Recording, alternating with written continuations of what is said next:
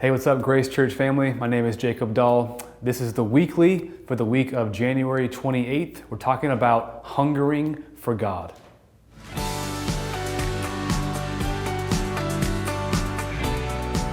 This past Sunday, we talked about this idea of homesickness. We've all experienced that feeling, that emotional or physical, even a spiritual feeling, a longing to be back at home, the comfort of home, the presence of home. So this idea of a spiritual homesickness is that you and I have been created to be in a relationship with God. We're meant to have our souls make our abode in Him, to be with Him in His presence. But oftentimes we will cope with that homesickness, longing, aching. We'll distract ourselves. We will, John Piper talks about nibbling at the table of the world. Sometimes it's not so much the evil of the world that keeps us from God. It is the very good gifts of God. God is a good God who loves to give us amazing things, health, wealth, family, money, right?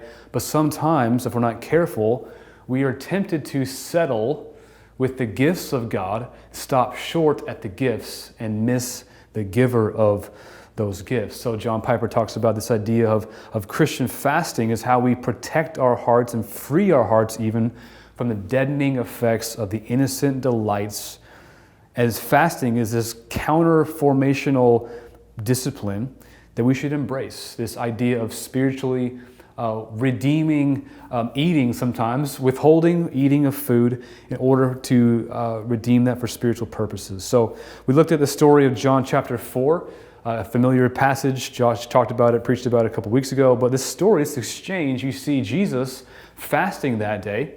And as he does so, he's at this well in Samaria. He meets this woman. And as the woman meets him, he starts talking about this spiritual living water. And she has all these earthly hungers. And we see in this story that earthly hungers are windows into our spiritual hunger. We have physical, earthly needs, emotionally, physically, financially. And God has designed us to be needy, to find our needs met in Him, ultimately. But oftentimes we have trained ourselves out of being needy. We're born needy, but we soon discover a self-reliance, desire for autonomy, and so we grow out of our neediness, and we, again, will suppress our hunger through endless nibbling at the table of the world. So Jesus, in this confrontation with this woman, says, I know you've had 5 husbands. I know you're thirsty and hungry for something more. And so he helps both confront her, but also show us what it means to transform our paradigm of hunger.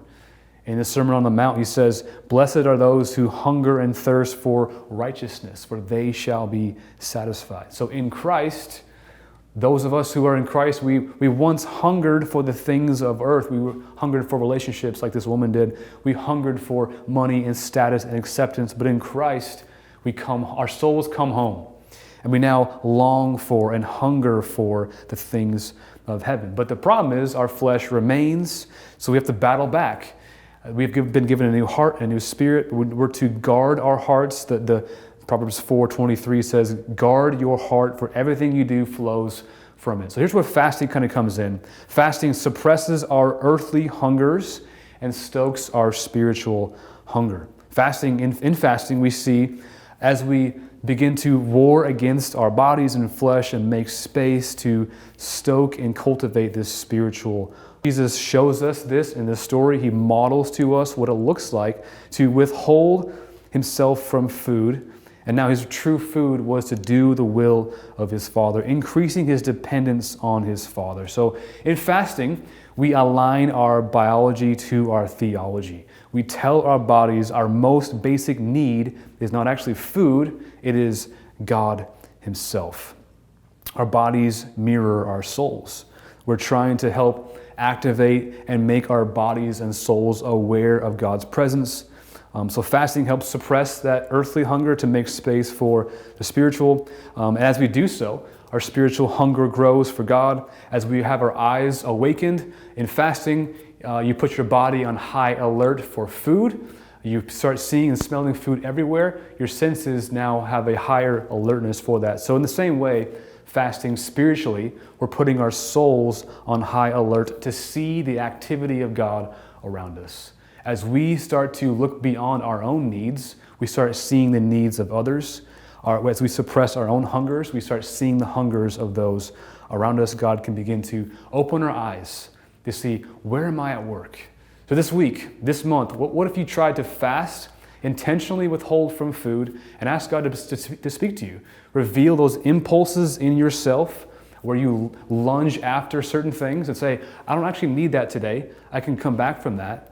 And open my eyes and see, where are you at work, both in me and around me? And there may be neighbors, coworkers, friends, family who you have been blind towards their needs, but through fasting, God will open your eyes to see how you can join Him in that work. So try it. It's hard, but it's good. God will redeem that, transform you. So try it, Grace family. Good to see you. Thanks for having me.